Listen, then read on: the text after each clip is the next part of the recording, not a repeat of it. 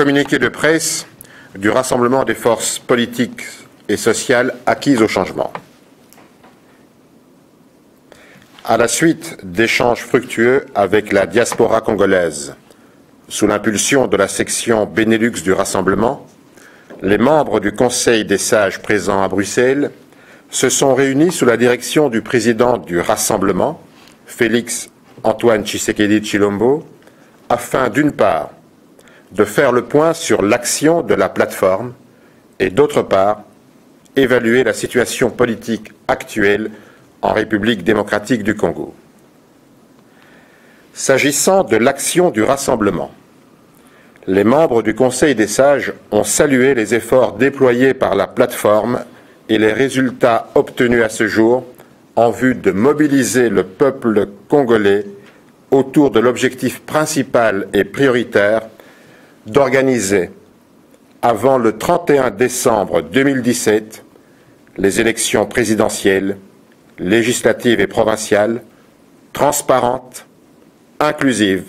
et crédibles, dans le respect absolu de la Constitution. Toutefois, au regard de l'évolution récente de la situation politique en République démocratique du Congo, marquée par la radicalisation du régime Kabila, qui en foulant aux pieds l'accord du 31 décembre 2016 et la résolution 2348 du Conseil de sécurité des Nations Unies, rejette toute perspective de compromis politique en vue de l'organisation apaisée des élections susvisées, les membres présents ont convenu de proposer au Conseil des sages la tenue urgente d'un conclave du Rassemblement à Kinshasa pour lever les nouvelles options et définir des stratégies appropriées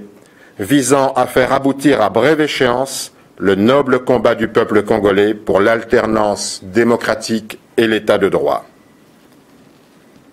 Quant à la situation politique de l'heure, le Rassemblement relève qu'en nommant un Premier ministre en violation de l'accord de la Saint-Sylvestre et en organisant par défi la signature d'un arrangement particulier tripatouillé pour dénaturer l'accord qui détermine les modalités de son départ du pouvoir, M. Joseph Kabila exacerbe à dessein les tensions au pays et plante le décor de son implosion.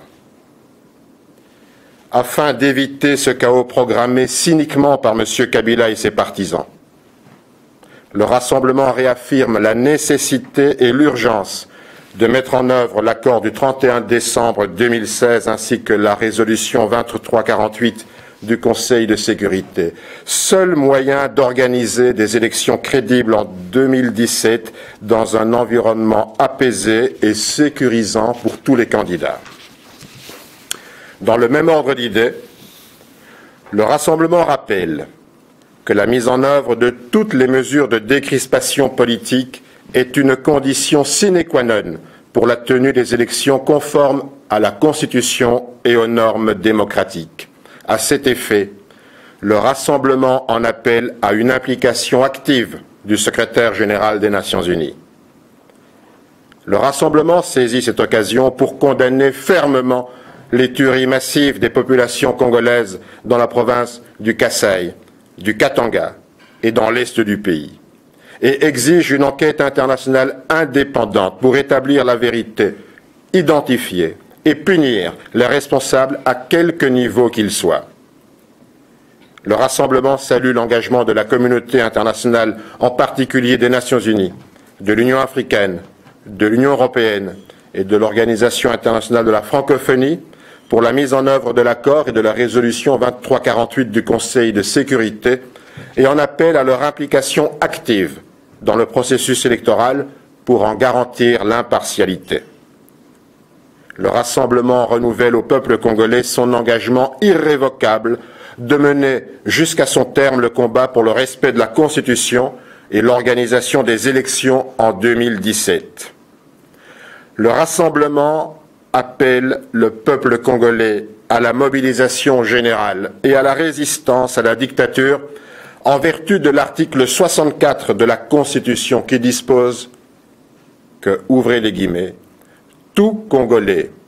a le devoir de faire échec à tout individu ou groupe d'individus qui prend le pouvoir par la force ou qui l'exerce en violation des dispositions de la présente Constitution, fermez les guillemets. Fait à Bruxelles, le 1er mai 2017, pour le Rassemblement,